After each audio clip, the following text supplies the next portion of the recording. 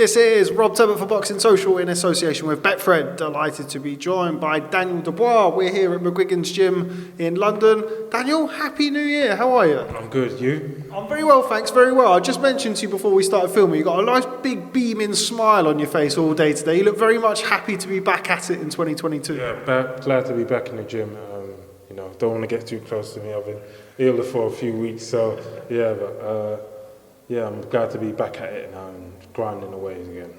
Before we talk about what's to come, let's just talk about 2021. Of course, you changed training teams then after suffering a loss to Joyce back into 2020. How would you assess your 2021? How do you feel 2021 overall went for you as a fighter?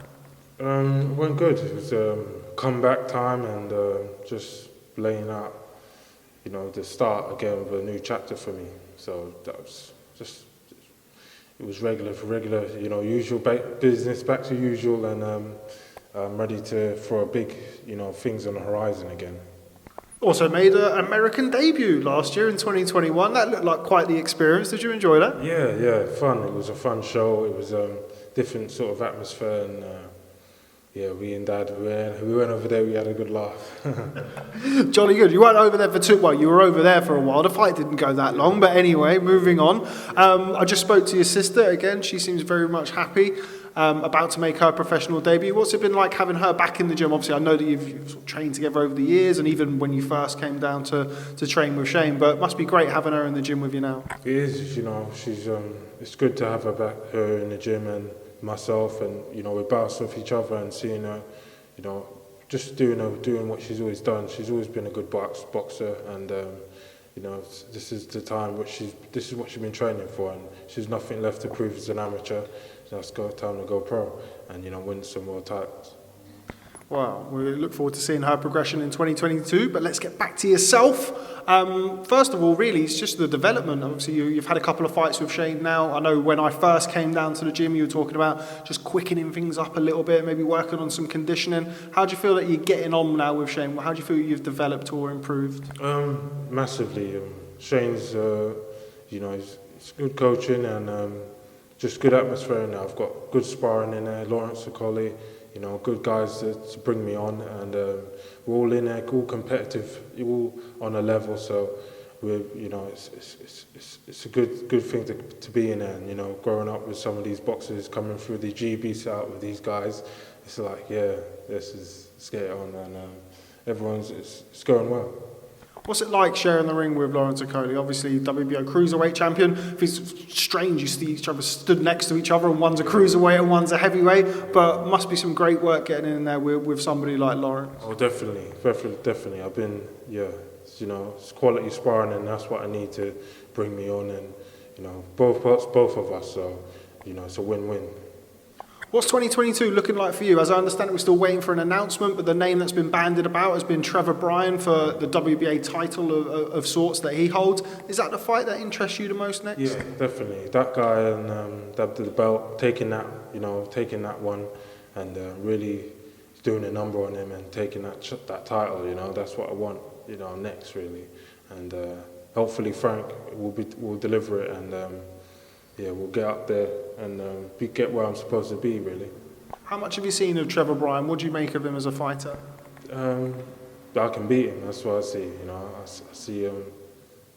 see. That's the next step for me. I'm 100% on it. I want it. Now, a fight that we've spoken about in the past, seemingly more often than not when we speak about, is the Joyce rematch. Is that something that still appeals to you, something that you want to get back, right that wrong? Of course, win this and then go for Joe. That's for me, that's always going to be on the back of my mind. And as long as he's still around, nothing happens to him, then I definitely want to fight him again. Maybe next time for a bigger belt, I don't know, a world title or whatever, but we definitely need to get it on. Got those big fights, kind of, and the big name guys at the top of the division, your Furies, your Joshuas, your Usyks, and what have you. You're just sort of a couple of fights away from that. How exciting is that for you to be on the verge of those big fights at heavyweight? Well, they're good fights, for me. I need to win them, and that's I'm excited about fighting them and getting in there and taking over really. And it's my time now. It's my era. It's my time. Okay, I just want to grab your opinion on a couple of quick fights before I let you go. Appreciate your time today.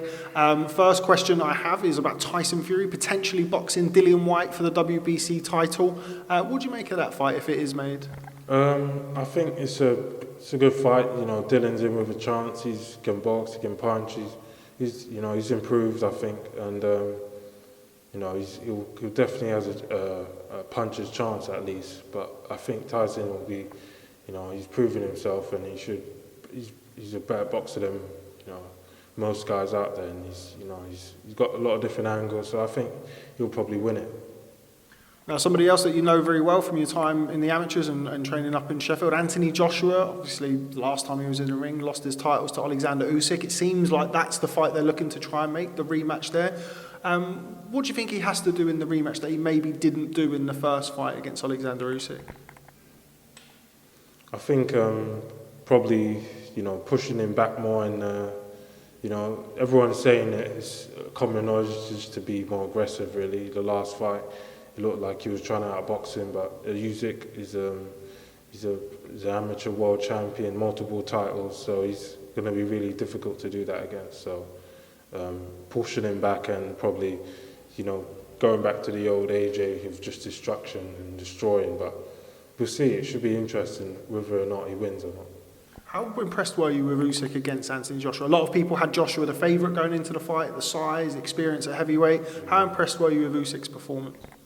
You know, for me, Usyk isn't my type of guy I like to watch, because he's, you know, I like the typical, you know, fighting, war, and all of that. But he's got a style, it's effective, and you know, he knows how to win a fight. You know, boxing long and using these little angles, and he's experienced what he has. So, you know, good luck for him, man. Final one on the heavyweight division, Tyson Fury versus Alexander Usyk. If I gave you £1, Daniel, who would you put it on in that fight? Tyson Fury or Alexander Usyk? Tyson Fury. Yeah, Tyson Fury. He's by far, he's proven himself, hasn't he? I mean, Usyk, you could say he's got lucky against Joshua or whatever, but I think Tyson will be, difficult to beat.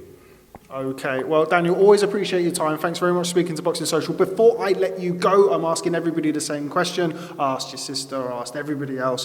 What does 2022 look like for Daniel Dubois? What can we expect to see from you this year? Yeah, as you can see, you know, expect big things from me. Just destruction and devastation all the way. So, you know, watch out, man. Sounds like I'm listening to Marvin Hagler there. Yeah, no, it's going to be exciting new year for me, and big things on the horizon. I'm excited for it. I'm excited to see it as well. Daniel Dubois, always a pleasure. Thanks very much for speaking to Boxing Social. I'll catch up with you soon.